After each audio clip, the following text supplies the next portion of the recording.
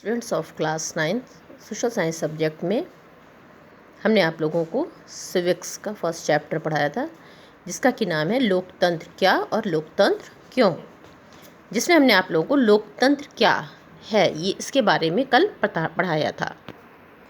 कल हमने आप लोगों को बताया था लोकतंत्र या प्रजातंत्र क्या होता। सबसे पहले तो हमने आपको बताया था कि लोकतंत्र, जिसको कि इंग्लिश में डेमोक्रेसी कहते हैं, दो शब्दों डेमोस और क्रेशिया से मिलकर बना है। डेमोस मीन्स जनता, क्रेशिया मीन्स शासन, अर्थात इसका शाब्दिक अर्थ होता है जनता का शासन, जिसका कि मतलब है जनता के द्वारा प्रत्यक्ष रूप से चुने गए या प्रत्यक्ष रूप से चुने हुए प्रतिनिधियों के माध्यम से वहाँ पर शासन व्यवस्था संचालित होती है।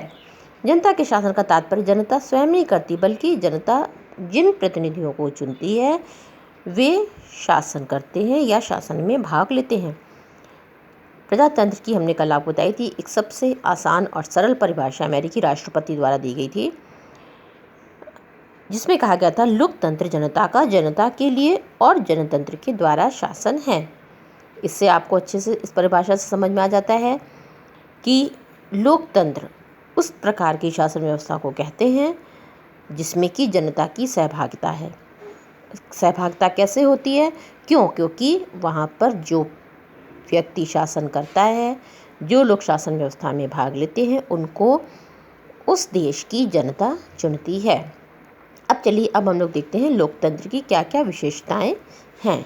तो बच्चों, सबसे पहले लोकतंत्र में शासक जनता द्वारा प्रत्यक्ष या अप्रत्यक्ष रूप से चुने जाते हैं और लोगों के द्वारा चुने गए यही शासक सभी महत्वपूर्ण और अंतिम निर्णय लेते हैं। यहाँ पर चुनाव निष्पक्ष होता है और निष्पक्ष मतदान के द्वारा जनता अपनी सरकार को चुनती है। चुनाव में एक व्यक्ति का एक वोट और एक मूल्य होता है और चुनाव द्वारा बनी ये सरकार संविधान द्वारा निर्धारित कानूनों और नागरिक अधिकारों के दायरे को मानते हुए कार्य करती है। अब इन विशेषताओं को हम एक एक करके समझते हैं, जिसमें सबसे पहले है प्रमुख निर्णय निर्वाचित नेताओं द्वारा लिए जाते हैं। निर्वाचित शब्द का अर्थ आपको समझ में आ गया है कि जिनको जनता चुनती है। इस विशेषता को समझाने के लिए एक एग्जाम्पल आपकी पुस्तक में पाकिस्तान देश का दिया गया है, जिसको कि हम आपको बता रहे हैं। आप ध्यानपूर्वक सुनिएगा। जनरल मुशर्रफ ने अक्टूबर 1999 में सैनिक शासन पाकिस्तान में स्थापित किया और उसका नेतृत्व किया।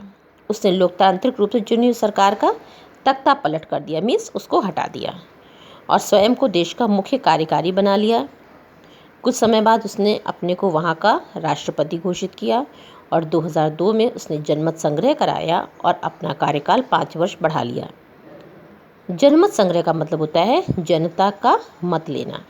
लेकिन आपको बच्चों मालूम होना चाहिए कि पाकिस्तानी मीडिया और मानवाधिकार संगठनों ने आरोप लगाया कि इसमें जनमत संग्रह पूरी तरह से भ्रष्टाचार था और इसमें बहुत बड़े पैमाने पर गड़बड़ी हुई। 22 अगस्त 2002 में परवेज़ मुशर्रफ ने लीगल फ्रेमवर्क ऑर्डर के द्वारा पाकिस्तान के संविधान को भी बदल दिया। इस ऑर्डर के अनुसार राष्ट्रपति राष्ट्रीय और प्रांतीय असेंबली को भंग कर सकता था।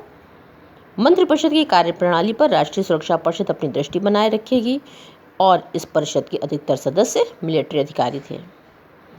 जनरल मुशर्रफ के कार्यकाल में लोगों को राष्ट्रीय और प्रांतीय असेंबलियों में प्रतिनिधियों को चुनने का अधिकार तो अवश्य था, लेकिन सत्ता की आधिकारिक शक्ति परवेज़ मुशर्रफ के पास थी और ये चुने हुए प्रतिनिधि वास्तविक शासक नहीं बन पाते थे।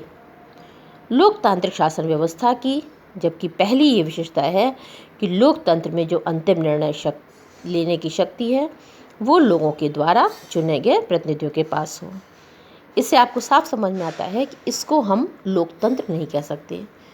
लोकतंत्र की दूसरी विशेषता होती है कि वहाँ पर स्वतंत्र एवं निष्पक्ष चुनाव कराए जाते हैं। आपको इस विशेषता को समझाने के लिए 2 देशों के एग्जाम्पल आपको दिए जा रहे हैं। सबसे पहला है चीन।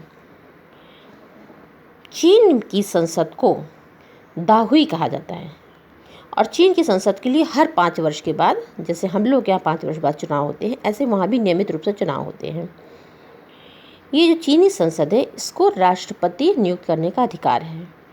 मतलब कि चीन का जो प्रमुख है राष्ट्रपति, उसको यही संसद नियुक्त करती है और संसद को जनता चुनती है तथा कुछ सदस्यों को सेना के द्वारा भी चुना जाता है।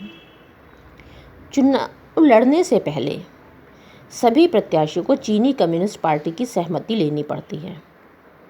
चीन में एक दलीय शासन पद्धति है और वहाँ हमेशा यही साम्यवादी दल, यही कम्युनिस्ट पार्टी का ही शासन रहता है। अब आप इस शासन को कैसे कह सकते हैं कि लोकतंत्रात्मक होगा? क्योंकि यहाँ पर लोगों को वोट देने के लिए कोई विकल्प नहीं, एक ही पार्टी सदैव बनती है। दूसरा आता है मैक्सिको के परिप्रेक्ष्य में। सन 1930 में स्वतंत्र होने के बाद से मैक्सिको में प्रत्येक 6 वर्ष के बाद राष्ट्रपति चुनने के लिए चुनाव कराए जाते हैं। मैक्सिको में कभी भी सैन्य शासन या तानाशाही नहीं रही। वर्ष 2000 तक वहाँ सभी चुनावों में, आप मतलब समझिए 1930 से लेकर 2000 तक सभी चुनाव में इंस्टीट्यूशनल रिवोल्यूशनरी पार्टी ही विजयी रही। इतने लंबे समय तक केवल एक पार्टी ही विजयी रही और उसी का शासन रहा। क्यों? क्योंकि विपक्षी दल चुनाव में हिस्सा लेते थे परंतु कभी भी उन्हें जीत नहीं प्राप्त होती थी। क्यों? क्योंकि चुनाव में अनेक प्रकार से अनैतिक माध्यमों द्वारा ये पार्टी जीत प्राप्त कर लेती थी। अब आपको इन दोनों उदाहरणों को सुनने से समझ में आता होगा कि लोकतंत्र के लिए स्वतंत्र और निष्पक्ष चुनाव भी बहुत ज़रूरी है। दोनों उदाहरण से आप देखते हैं कि चीन में और मैक्सिको दोनों ही जगहों पर उपर्युक्त तरीका, मतलब कि ठीक तरीके से चुनाव नहीं कराए गए। अतः कहा जा सकता है कि लोकतंत्र होने के लिए केवल चुनाव कराना ही पर्याप्त नहीं है, बल्कि ये भी देखना होता है कि चुनाव कितना पारदर्शी और एवं निष्पक्ष हुआ है। अतएव लोकतंत्र के लिए आवश्यक है कि चुनाव स्वतंत्र और निष्पक्ष हो ताकि सत्ता में बैठे लोगों के लिए हार जीत के समान अवसर उपलब्ध हों। अब इसके आगे की इसकी 2 विशेषताएं बची हैं जिनको कि हम आपको अगले लेसन में समझाएंगे।